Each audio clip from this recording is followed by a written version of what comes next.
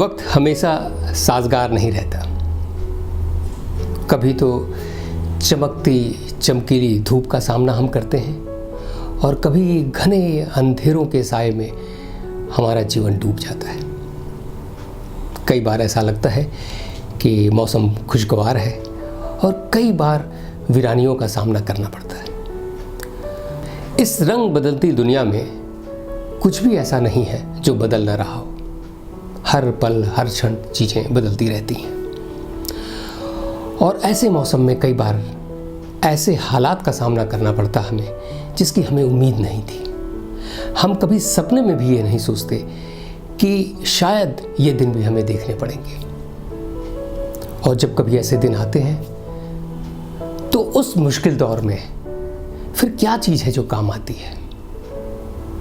आप कहेंगे कि क्या हो सकता है सिवाय उस मौसम के बदल जाने का इंतजार करने के, या धैर्य से उसे देखने के, या चुपचाप बैठकर अच्छे दिनों का इंतजार करने के। लेकिन इस सब के बावजूद भी हमारे पास कुछ ऐसा तो होता ही है जिसकी कोशिश हम कर सकते हैं और हमें करनी भी चाहिए।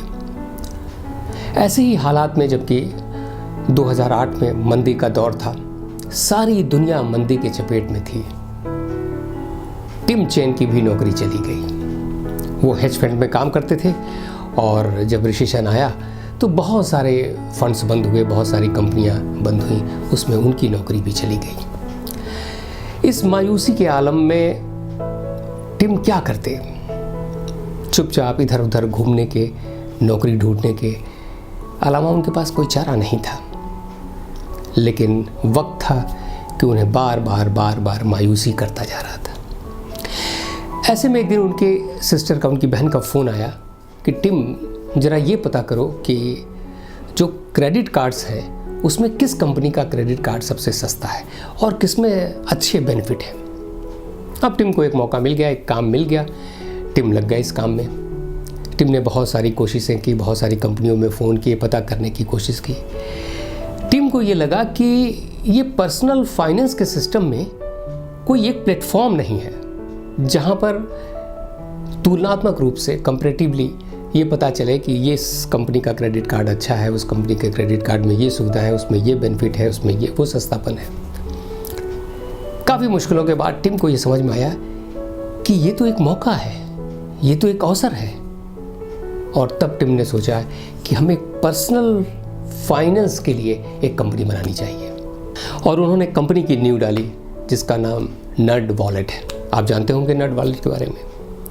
रहने के लिए उनके पास घर नहीं था तो इसमें उन्हें अपने गर्लफ्रेंड की मेहरबानी कबूल करनी पड़ी।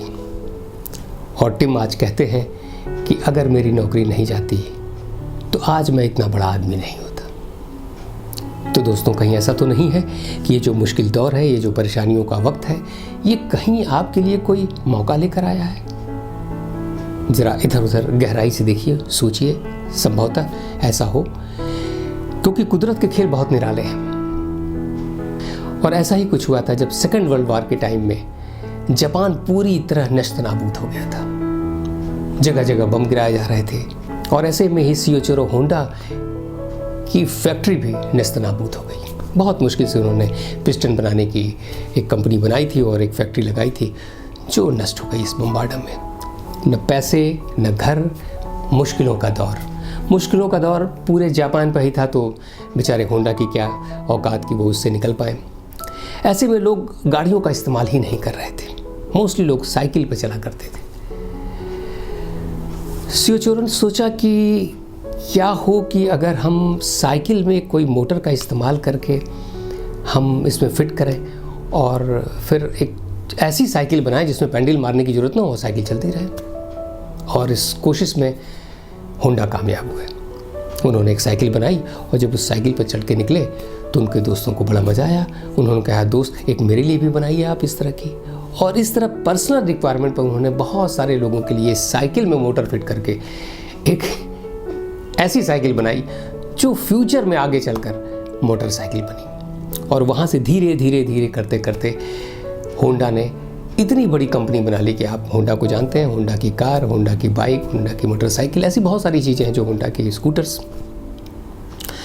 शियोचिरो होंडा एक महान एंटरप्रेन्योर साबित हुए और आज दुनिया में उनका योगदान है। तो जब सब कुछ नष्ट हो गया था, जब सब कुछ समाप्त हो गया था, तो होंडा उससे कैसे बच सकते थे?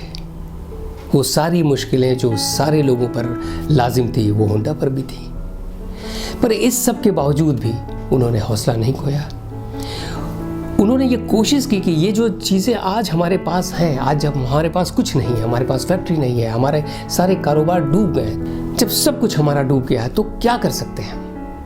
और उसमें एक छोटी सी रोशनी उन्हें दिखाई दी और इसी रोशनी को पकड़कर उन्होंने एक ऐसा प्रकाश स्तंभ बनाया कि आज हम सब उनको सैल्यूट करते हैं। तो दोस्तों, जब ये मुश्किल दौर आ रहा हो, जब ऐसे तूफान में हम घिरे हों, जब ऐसी सिचुएशन हो, तो हौसला छोड़ना नहीं चाहिए। हो सकता है इस अंधेरे में भी कहीं कोई ऐसी बात छिपी हो जो हमारी तरफ, हमारी कामयाबी की तरफ इशारा कर रही हो। तो निराश ना हो सकता है कि नेचर, प्रकृति कोई और इशारे कर रही हो। जब भी ऐसे मायूसी का आलम हो तो एक न एक शम्मा अंधेरे में जलाए रखिए, भोर होने को है, उम्मीद बनाए रखिए।